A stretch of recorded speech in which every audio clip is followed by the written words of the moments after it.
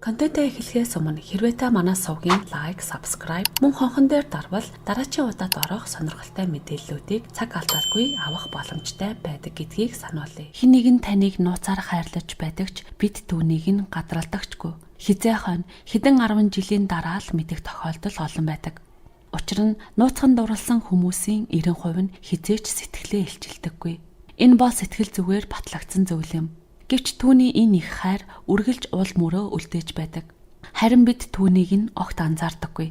Тэд үгээр хизээч илэрхийлэхгүй ч үйлдэл нь үргэлж тэдний хайрыг харуулж байдаг юм. Хамгийн харамсалтай нь ийм нууцхан хайрыг цаг тухайд нь анзаараагүйгээс болж аз жаргалтай олон хайрын түүх эхэлдэггүй. Орчин үеийн сэтгэл зүйн томоохон төлөөлөгчдийн нэг Карл Юнг хүний нуугдсан мэдрэмжүүд хэрхэн ил гардаг талаар гүнзгий судалсан юм. Тэгвэл өнөөдрийн дугаараа Карл Юнгийн энэхүү судалгаан дээр үндэслэн хэн нэгэн таныг нууцхан хайрлаж байх боломжтой 13 шинж тэмдгийг тайлбарлая. Бичлэгийнхээ төгсгөл хэрвээ та хэн нэгнийг нууцхан хайрладаг эсвэл хэн нэгэн таныг нууцхан хайрлаж буг мэддэгч яахаа мэдэхгүй байгаа бол хэрхэн амьдралдаа хэрэгжүүлэх аргыг тайлбарлах учир бичлэгээ дундаас нь орхивол амьдралыг чинь өөрчлөхүйц зүйлээс хоцорч мэдэх юм. Тиймээс бичлэгээ дуустал нь хамт байгаарай. Хэн нэгэн таныг сэтгэлийн гүндээ биширч, бусад хүмүүсийн хизээч анзаарч байгаагүй зүйлсийг чинь анзаарч, магтаж байсныг та санаж байна уу? Эсвэл эсвэргээрээ хэн нэгэн таныг байнга шоглож, тохуурхдаг хэрнээ таны хажуунаас хизээч холддоггүй, байнга таны хаа яваа газарт тантай ойр байдгийг нь анзаарч байсан уу? Бид хэн нэгэнд татагдж байгаа хэрнээ түүнийгээ хүлээн зөвшөөрч ил болгохоос зайлсхийж байгаа тохиолдолд бидний тарих ухамсаргүй төвшөнд тэр мэдрэмжийг өөрөөр илэрхийлж эхэлдэг. Энэ бол нуугдмал хайрын эхний шинж тэмдэг юм. Карл Юнг энэ үзэгдлийг сэтгэл зүйн парадокс гэж нэрлэсэн бөгөөд энэ нь хүн өөрийн бүрэн таньж хүлээн зөвшөөрөөгүй мэдрэмжээ нөгөө хүндээ тусгах үзэгдлийг хэлдэг. Энэ нь хоёр янзаар илэрч болно. Эхнийх нь таалагдж буй хүнээ хэд төгс байдлаар харах үзэгдэл юм. Тухайн хүн таныг бүхнээс дээгүүр төсөөлж, таны зан чанар, үзэл бодол, инэмсэглэл, бүр утас болоод үсээ хэрхэн оролдож байгаа зэрэг хамгийн өчүүхэн зүйлсийг ч магтахыг хэлж байгаа юм. Хоёр дахь нь эсрэг байдлаар буюу байнга таныг өдөх, тоглоом шоглоом хийх зэргээр илэрдэг. Тухайн хүн ямар ч шалтгаангүйгээр таны хэлсэнтэй санал зөрөх, танд гим хоргойч гэлээ элдв маягаар тоглоом нарган хийх нь нийтлэг байдаг. Гэхдээ тэдний анхаарал үргэлж тань руу чиглэсэн байдгаараа ижил байдаг юм. Ийм төрлийн зан авир бол тухайн хүн жинхэнэ сэтгэлээ шууд хэлэхгүйгээр таны анхаарлыг татах, ойр байх гэсэн ухамсаргүй оролдлого юм. Бас нэг сонирхолтой шинж тэмдэг нь энэ хүн таныг байхгүй үед ч таны тухай ярих хандлагатай байдаг. Тэд таны хэрэгэлдэг үгсийг давтаж хэлэх, таны дуртай зүйлсийг сонирхож байгаа мэт харагдах. Бүр өөрийн мэдээлгүй таны нэрийг яриандаа дурдах нь бий. Хэрв хэн нэгэн таныг хит их магтах, эсвэл эсэргээрээ үргэлж танаар тоглоом шоглоом хийх зэрэг нь ажиглагдвал тэр таныг нууцхан хайрлаж буг илтгэх тод шинж тэмдэг юм. Иймэрхүү ааш авир гаргадаг хэн нэгэн таны санаанд орж ирж байна уу? Бодоод нэг үзээрэй. Нууцаар хайрлаж буг илтгэдэг хоёр дахь шинж тэмдэг бол тухайн хүний эсрэг тэсрэг зам байдал болон үйлдэл юм. Тэд тантай дотносхийг хүсэж байгаа ч дургүй мэт мэдрэмжийг төрүүлдэг. Урд нь тантай маш дотно ойр байсан хэн нэгэн гинэтгэн л зайгаа авч хүндий болж эхэлснийг та анзаарч байсан уу? Тэгвэл нэг бол ойртож, нэг бол хөндөрөх энэ хандлага нь нууцхан хайрын илрэл байх магадлалтай юм. Холбоо үүсгэх онолыг үндэслэгч сэтгэл судлаач Джон Боулби энэ төрлийн зан авирыг хоёрдмал холбоо гэх ойлголтоор тайлбарладаг. Энэ нь хүн хэн нэгэнд хайртайч түүнийгээ ил болгохоос айдаг эсвэл өөрийгөө хамгаалах гэж зөрчилтэй үйлдэл гаргадагтай нь холбоотой юм. Өөрөөр хэлбэл түүнтэй дотносхийг хүсдэгч тоогдохгүй байх вэ, татгалзахгүй гэх бодлоосоо болж ухамсаргүйгээр өөрийгөө хамгаалж гаргадаг үйлдэл юм. Карл Юнг үүнийг тайлбарлахдаа хүчтэй мэдрэмжийг дарах үед тэр нь тогтворгүй хачирхалтай хэлбэрээр илэрдэг гэсэн байна. Тухайн хүн таны анхаарлыг татах гэж оролддогч юу хийж байгаагаа гинэт ухаарахад айдсан давмгайлж өөрийгөө хамгаалахын тулд танаас холддог. Ингэж зайгаа авах нь бий болоод сэтгэл хөдлөлийн төвшөнд илэрч болдог. Хамгийн сонирхолтой нь бусад хүмүүсээс огт ингэж зайгаа авах үйлдэл гаргахгүй хэрнээ ганцхан танд л энэ үйлдэлээ гаргадаг явдал юм. Тэр хүн танаас холдсон ч гэлээ дахин ортож холбоо тогтоохыг оролдох нь нууцхан хайр амархан алга болдоггүй харин өөр хэлбэрт шилждэг болохыг илтгэнэ. Нууцлаг хайрын 3 дахь шинж тэмдэг бол бусдад анзаарагддаггүй ч хамгийн их учир утгыг агуулсан жижиг үйлдэлүүдээс илэрдэг. Чамайг хүндхэн өдрийг өнгөрөөж маш их ядарчихсан байх үед хэн нэгэн чамд кофе, амттан зэргийг бэлтчихсэн байх. Эсвэл чамаас асуулгүйгээр аль нэг төвөгтэй асуудлыг чинь шийдчихсэн байх. Эсвэл зүгээр л чамд тусламж хэрэгтэй байгааг чинь анзаарчихсан байдаг. Түүний энэ үйлдэлд чамайг гайхан баярлаж бууга илэрхийлэхэд тэрээр юу ч бишээ шал дэми юм зэргээр хариулдаг. Нууцхан хайр сүржин үгээр илэрдэггүй. Харин бусдын үл анзаарах жижигхэн зүйлсэд чинь анхаарах, санаа тавих байдлаар илэрдэг. Тухайн хүн мэдрэмжээ үгээр хэлж зүрхлэхгүй ч жижиг туслалцаа, санаандгүй мэтээр дэмжлэг үзүүлэх гэх мэт хичээл зүтгэлээрээ сэтгэлээ илэрхийлдэг. Жишээлх юм бол энэ хүн тантай хамт ажилладаг хүн байж олно. Тэр танд хэлэлгүйгээр аль нэг ажлыг чинь өөр дээрээ аваад таны ачааллыг хөнгөвчлөхийг хичээдэг. Эсвэл таны ямар кофе уух дуртайг чинь санаж байгаад шалтгаангүйгээр авчирч өгдөг найз чинь байж болох юм. Тэд таныг бүү ганцаардаасаа битгий зовоосаа гэсэндээ сэтгэл зүй болоод биеийн байдалд чинь чимээгүйгээр санаа тавьж байдаг. Карл Юнгийн тайлбарласнаар нуугдсан мэдрэмжүүд үгээр илэрч чадахгүй үедээ үйлдэлээр ил гардаг. Тухайн хүн ямар ч үүрэг хүлээгээгүй ч зүгээр л чамд санаа тавьж хэцүү үед чинь туслахгүй байж чаддаггүй. Хамгийн сонирхолтой нь ингэж их хичээл зүтгэл гаргаж байгаа ч үнийгээ мэдэгдүүлэх, үнэлүүлэхийг огт хүсдэггүй. Тэр зүгээр л сэтгэлийнхээ дуудлага, хайрынхаа хүчээр л үнийг хийж байгаа болохоор тэр юм. Хэрвээ хэн нэгэн таны тав тухайг ямагт өөрийнхөөсөө дээгүүрт тавьдаг, үнийгээ хизээч гайхуулж анхаарал татах гэж оролддоггүй бол энэ нь тэдний би чамд сайн гэж хэлж чадах цорын ганц арга юм. Нууцхан хайрын 4 дахь шинж тэмдэг бол биеийн хилэмжээр илэрдэг. Биеийн хилэмж олон зүйлийг өгүүлдэг. Ялангуяа оюун ухааны нуух гэж оролдож байгаа тэр мэдрэмжүүдийг ил болгож чаддаг. Хүн өөрийн хүчтэй мэдрэмжээ дотроо хадгалах гэж оролдох үед биеийн хөдөлгөөн, дохио зангаа нь түүнийг ухамсаргүйгээр ил гаргадаг. Гол нь энэ төрлийн биеийн хилэмжийг хянах боломжгүй байдаг. Жишээ нь хэн нэгэн тань руу ширтэж байхыг та анзаарах үед тэд харцаа хурдан бууруулдаг. Тантай ярилцах үедээ өөрийн мэдээлгүй тань руу ойртож эхлэх. Энэ бүхэн тэр хүн тань руу хүчтэй татагдж буйн тод жишээ бөгөөд үгээр илэрхийлээгүй ч би энэ мэдрэмжийг нь илэрхийлж байдаг юм.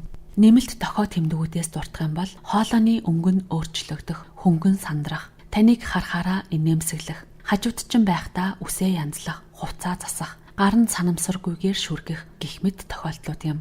Карл Юнгийн хэлснээр далд ухамсар үргэлж биеийн хилэмжээр дамжуулан ярьдаг. Учир нь хүний бие худлаа хэлж чаддаггүй. Хэрэв хэн нэгэн таны хажууд байхдаа өөрөөр ашиглаж түүний нүд яг л ямар нэгэн зүйлийг хэлэх гээд байгаа мэт мэдрэгдэж байвал тэр таныг нууцхан хайрладгийн тод дохио байж мэдэх юм. Нууцхан хайрын 5 дахь шинж тэмдэг бол зөвхөн үг үйлдэлээр зогсохгүй таны эргэн тойронд өрнөж буй үйл явдлуудаар ч илэрч болдог. Та зарим хүнтэй санамсаргүйгээр олон тааралдаж байгаагаа анзаарч байсан уу? Яг л хувь тавилан тэднийг таны амьдралд оруулж ирэх гэж байгаа юм шиг. Хэрэв хэн нэгэн таны замд санамсаргүйгээр дахин гарч ирж та хоёрын яриа ямар нэгэн хичээл зүтгэл шаардлагагүйгээр зүгээр л урсан гардаг бол энэ нь та хоёрыг гүн гүнзгий холбож байгааг илтгэж байх магадлалтай.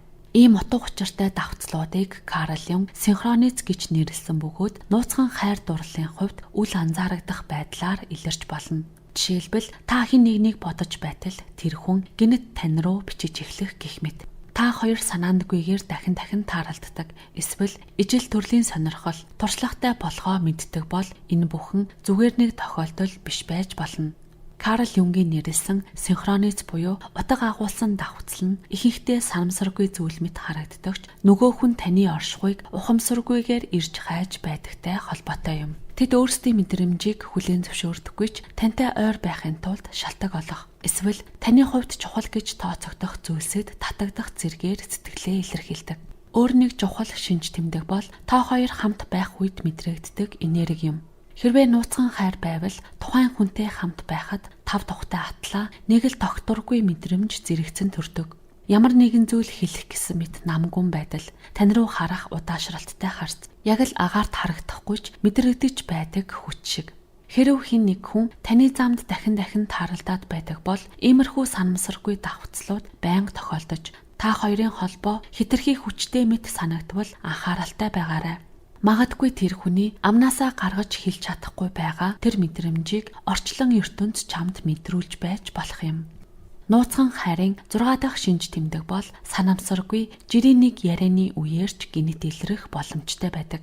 Хэн нэгэн танд хамааралгүй сэдвээр ярьж байгаа хэрнээ таны нэрийг дахин дурдж байхыг та сонсож байсан уу? Эсвэл тухайн хүн өөр газар, өөр хүмүүстэй байхдаа ч таны талаар дурдсан байгааг нь сонсож байсан уу? Энэ бол тэр хүн таны талаар байнга бодож байгаагийн илрэл юм. Хүн сэтгэлдээ тээж яваа мэдрэмжээ өөрөө ч анзааралгүйгээр үгээр илэрхийлж байдаг.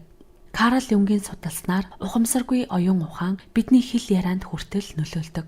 Хэн нэгэн мэдрэмжээ дарж нуухыг оролдох үед тарих түүнийг өөр хэлбэрээр гаргаж ирэх гаргалгааг хайж эхэлдэг.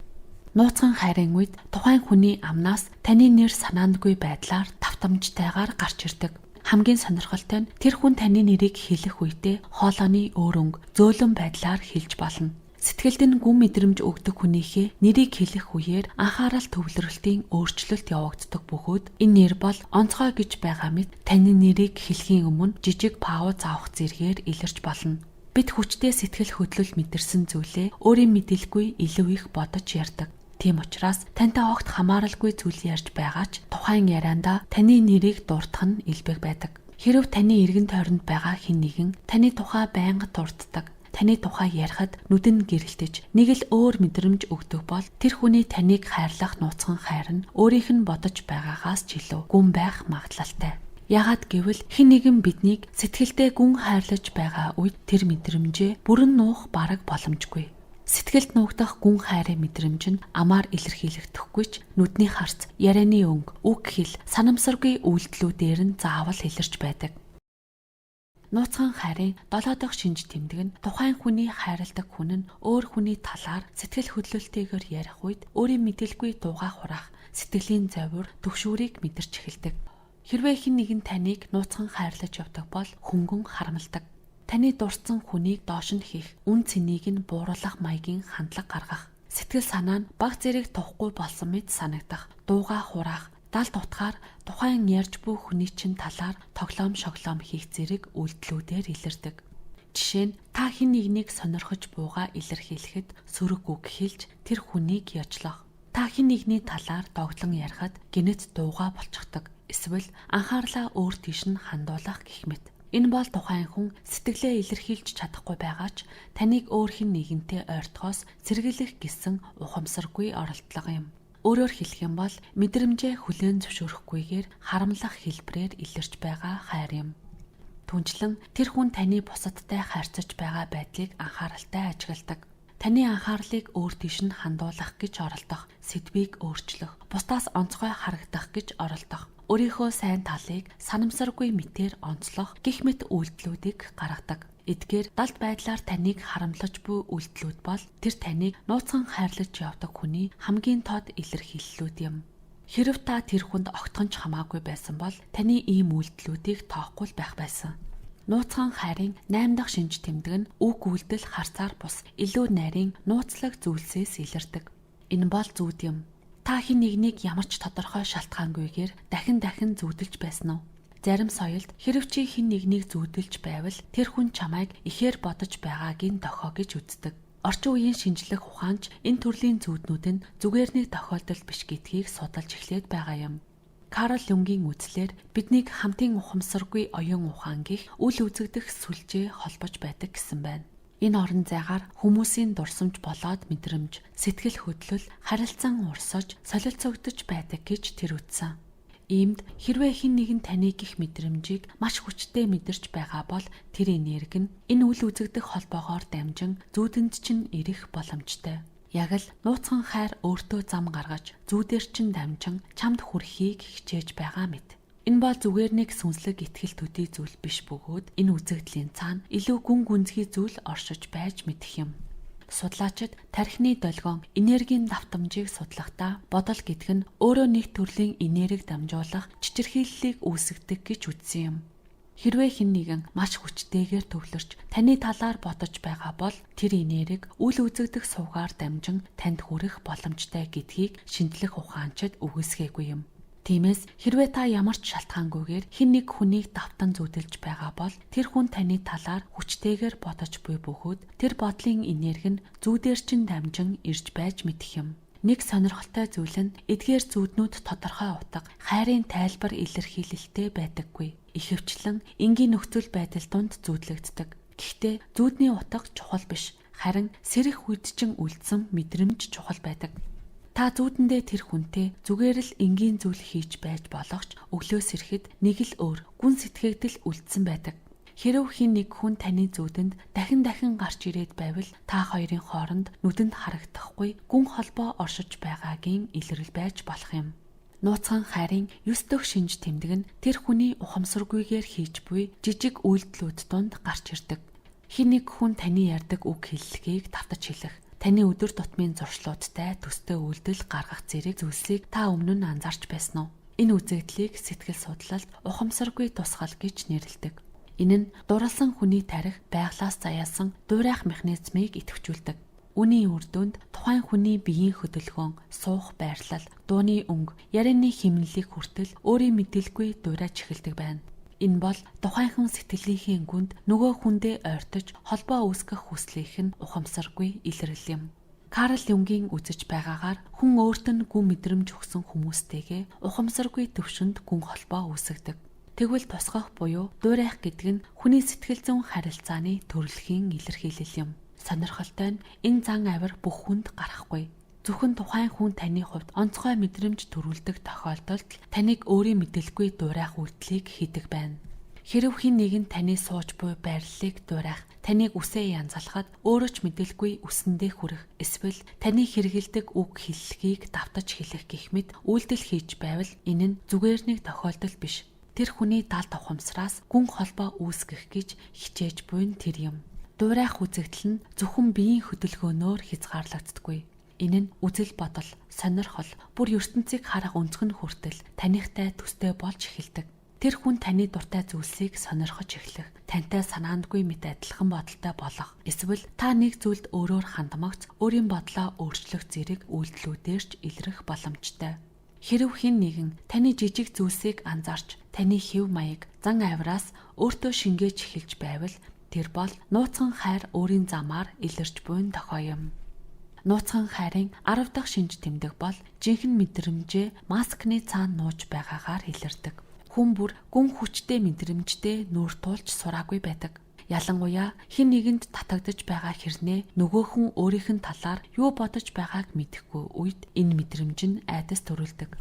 Үүний хариуд далд ухамсараас гарч ирдэг үйлдэл бол өөрийгөө хамгаалах бамбай босгох юм. Энэ бамбай олон хэлбэртэй. Илт тоохгүй байгаа мэт дүрсгэх, хөндөй мэт аашлах зан авир, хит их тоглоом шоглоом хийх зэргээр илэрч болно. Карл Юнг үүнийг персона гэж нэрлэдэг. Энэ бол бидний нийгэмд зохицохын тулд маск зүүж жинхэнэ мэдрэмжээ нуух гэж оролдож буй хэлбэр юм. Нууцлаг хайранд энэ маск нь тухайн хүнийг хүйтэн хөндий, харьцахад төвөгтэй, эсвэл бодлоготой хүн шиг харагдуулж болох ч үнэндээ энэ бүх зан авир нь жинхэнэ сэтгэлээ нууж өөрийгөө хамгаалж байгаагийн илрэл юм. Та хэн нэгнийг тантай харьцахдаа бусадтай харьцаж байгаагаас өөрөөр ашиглаж байгааг анзаарч байсан уу? Жишээлбэл нухацтай ярианаас зайлсхийж, үргэлж тоглоом шоглоом хийх, эсвэл огт таныг анзаарахгүй байгаа мэт дүрсгэх гэх мэт. Гэвч тэд дотроо таны бодсноос ч илүүгээр танд санаа тавьдаг байж мэдэх юм. Нууцхан хайрын бас нэг тодорхой шинж тэмдэг бол сэтгэл хөдлөлийн тогтворгүй байдал. Тэр хүн зарим үед тантай маш ойр дотн байж байснаа гэнэт хүйтэн хөндий ашиглаж эхэлдэг. Энэ ойртож холдох давтамж нь ухамсаргүйгээр өөрийн сэтгэлээ хяналттай байлгах гэсэн оролдлого байдаг. Яагаад ингэдэг вэ гэвэл нуугдсан мэдрэмж нь ил болж эмзэг байдалд орохоос айхайдс нь хүчтэй байдаг учраас олон хүн нууцхан хараа, ёжилсан үг, тоглоом нарга, эсвэл гинэн мэт боловч санаатай сөрөг үгс үйлдэлээрээ халахалж байдаг. Гэхдээ тэр хүйтэн хөндий дүрийн ард үнэн хэрэгтэй таныг их илүү гүн мэдрэмж, эмзэг байдал нь нуугдаж байдаг. Нууцхан хайрал хамгийн гүн нуугдаж байдаг юм. Нууцхан хайрын 11-р шинж тэмдэг нь тэр хүн өөрийн мэдээлгүйгээр таны хариу үйлдэлийг турших туршилт маягаар илэрдэг. Үүний хамгийн нийтлэг хэлбэр нь бид хоёр хос болвол ямар байна гэх мэт далд хошин өнгө аяс бүхий яриа. Чи Чи үнэнч байдлыг юу гэж боддог вэ зэргээр санаандгүй мэтээр асуулт асуух. Таныг өөрийг нь харамлаж буй эсхийг мэдхийн тулд хэн нэгнийг сонирхож буугаа хэлэх гэх мэт. Эдгээр үйлдэлүүд нь тухайн хүн өөрийн мэдрэмжээ ил болгохгүйгээр танаас ямар хариу авах болгоомжтойгоор тандаж буй хэлбэр юм. Карл Юнгийн үтснээр далд ухамсар үргэлж баталгаа болох үед тохиог хайж байдаг. Тиймээс энэ бол таныг бодож явдаг хүний чи надад таалагддаг гэж хэлэлгүйгээр таны сэтгэлийг мэдэх гэсэн оролдлого юм. Нууцхан хайрын 12 дахь шинж нь таны хүнд хэцүү үед үргэлж хажуудчин байгаагаар мэдэгддэг. Хайр гэдэг нь заавал том, сүртэй үйлдэл эсвэл хайртайгаа илчлэх зоригтой алхмаар илрэх албагүй. Ихэнх тохиолдолд хайр хамгийн энгийн байдлаар буюу зүгээр л таны хажууд байж таныг дэмжихээс илэрдэг. Таны хүнд хэцүү үеүүдэд хэн нэгэн яг л хэрэгтэй цагт чин гарч ирдгийг та анзаарч байсан уу? Ажил болоод хичээлийн ачаалалчин их үед дуугүйхэн тусалж зөөлөн тайвшруулах үгийг танд хэлдэг. Эсвэл зүгээр л хажууд чин чимээгүй хамт байж сэтгэлийн ачаагчин хөнгөлөхийг хичээж байдаг. Эдгээр нь хоосон үгнээс илүүтэйгээр таныг хайрлаж явдгаа үйлдэлээрээ илэрхийлэх хамгийн бодиттой илэрхийлэл юм. Карл Юнгийн үзэж байгаагаар биднийг холбож байдаг хүчтэй холбоо нь тайлбарлах боломжгүй атлаа сэтгэл зүрхээр мэдрэгддэг зүйл юм гэсэн байна. Тэр хүн заавал таны хажууд байх шаардлагагүйч хүнд хэцүү үед чинь үргэлж хажууд чинь хамт байдаг уу? Бусад хүмүүсийн анзаараагүй жижиг асуудлыг тань анзаардаг уу? Хэрв хариулт нь тийм бол түүний анхаарал халамж нь зүгээр нэг нөхөрлөлөөс хэдийн давсан байна. Нууцхан хайрын хамгийн сүүлийн буюу 13 дахь шинж тэмдэг нь өөр хүний үг үйлдэл, зам байдалд бус таны дотор оршиж байдаг. Бид сэтгэл хөдлөл мэдрэмжээ ухаан бодлороо тайлбарлах гэж оролддог. Гэвч зарим мэдрэмжүүдийг логиктойгоор тайлбарлаж болдоггүй. Та урд нь ямар нэгэн тодорхой нотлохоо байхгүй хэдий ч хэн нэгэн танд сэтгэлдээ юм шиг санагдаж түүний харц ааш авир дунд өөр мэдрэмж нуугдаж байгаа мэт мэдрэмжийг зүн совингоороо мэдэрч байсан уу? Тэр мэдрэмжийг тарих ойлгож чадахгүй байж болохч зүрх аль хэдийнэ мэдэрчихсэн байдаг. Карл Юнгийн үзлээр зүн совин бол логикоос давж шууд далд ухамсартай холбогддог хүний хамгийн гүн гүнзгий мэдлэгийн хэлбэр гэж үздэг. Энэ нь юу гэсэн үг вэ гэхээр хэн нэгний таныг хайрлах нууцхан хайрыг та өөрөө ухамсарлахын өмнө аль хэдийн сэтгэлээрээ мэдэрчихсэн байх боломжтой юм.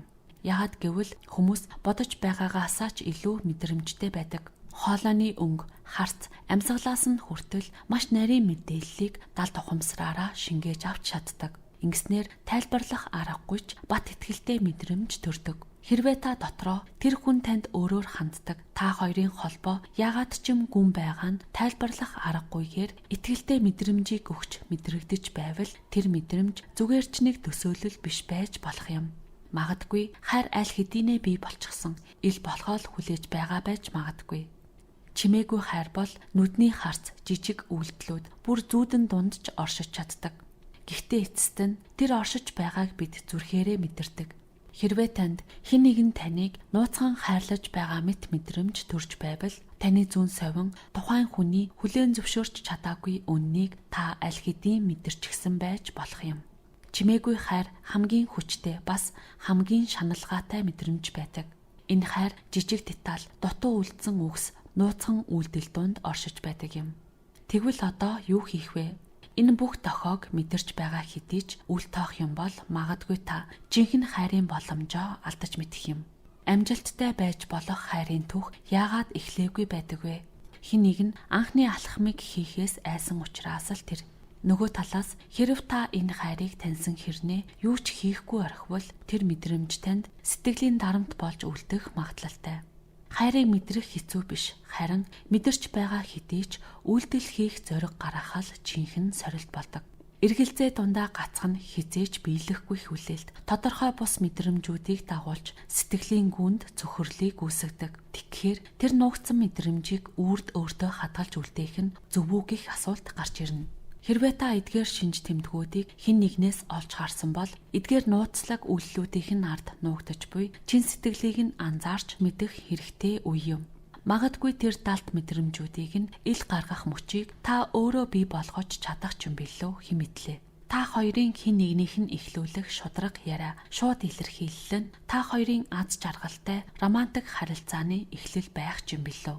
Хайр гэдэг төсөөлөгдөх гэж биш, боддоор орших гэж л байдаг зүйл юм. Тэгэхээр хожим харамсахгүй тулд сэтгэлд байгаа мэдрэмжээ ил болгоод нэг үзээрэй. Хэрвээ танд энэ бичлэг нэгийг бодогдуулсан бол сэтгэгдэл хэсэгт бидэнтэй хуваалцаарай. Энэ хүртэл бидний бэлтгэсэн контентыг сонссон танд баярлалаа. Бидний дараагийн дугаар үүнээс ч илүү сонирхолтой байх болохоор та сувгаа дагаагүй байгаа бол яг одоо subscribe товчон дээр дарж биднийг дэмжээрэй.